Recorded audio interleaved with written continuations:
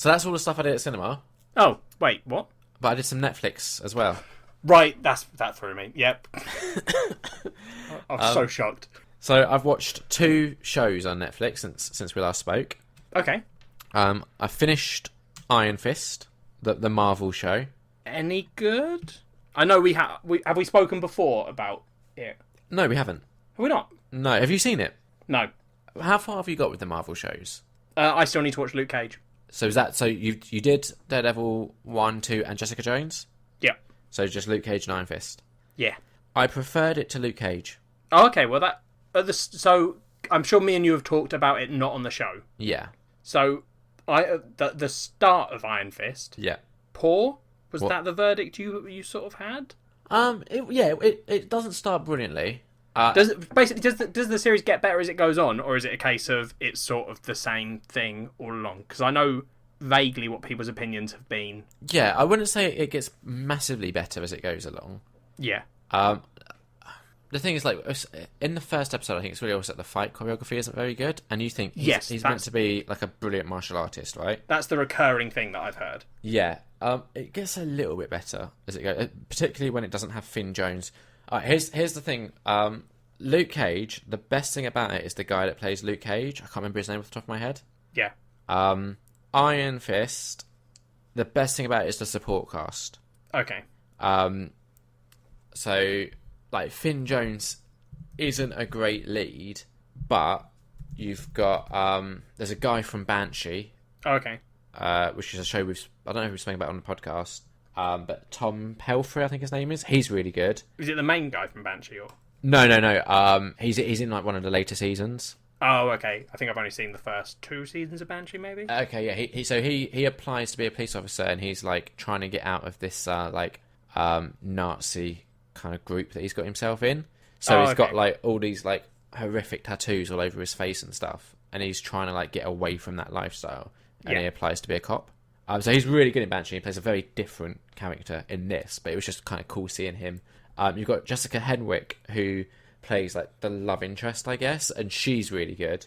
And then also another Jessica Stroup, I think her name is, also really good. And then David Wenham, who, when it started, I was like, I recognise this guy, and it was bothering me. I had to look it up, and he plays Faramir in Lord of the Rings. Oh, okay. I love Faramir in Lord of the Rings. He has one of my favourite quotes of the entire trilogy. Which is war will make corpses of us all. Yeah, fair enough. So it was just delightful seeing him.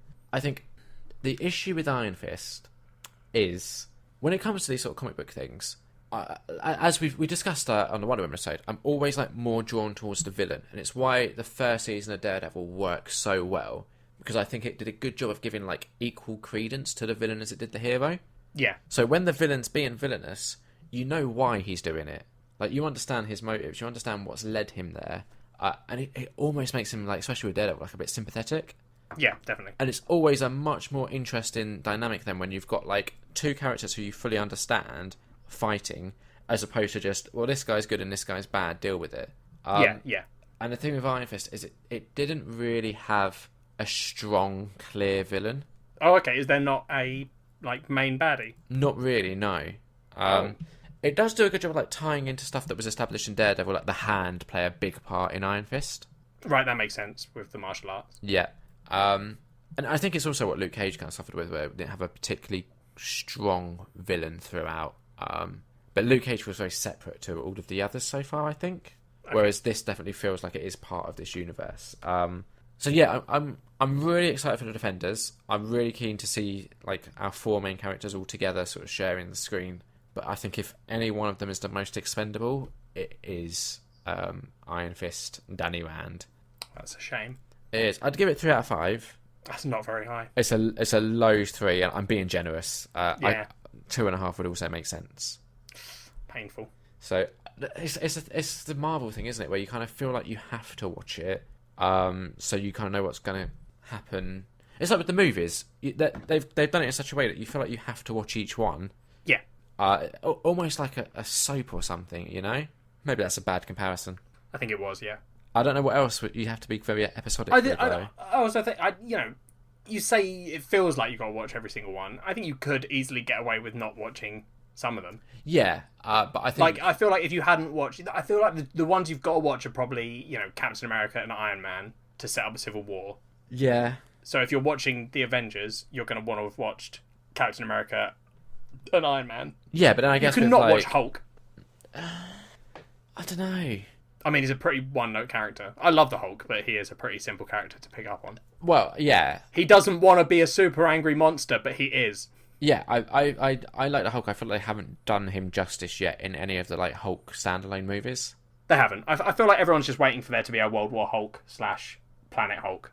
Well, I think they're kind of try and implement some of that story into Thor Ragnarok. I hope so.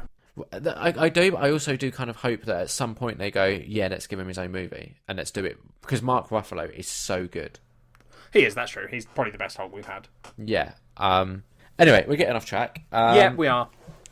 Iron Fist, average, but I kind of feel like if you're excited for Defenders, you need to watch it. So yeah, good fair luck. enough.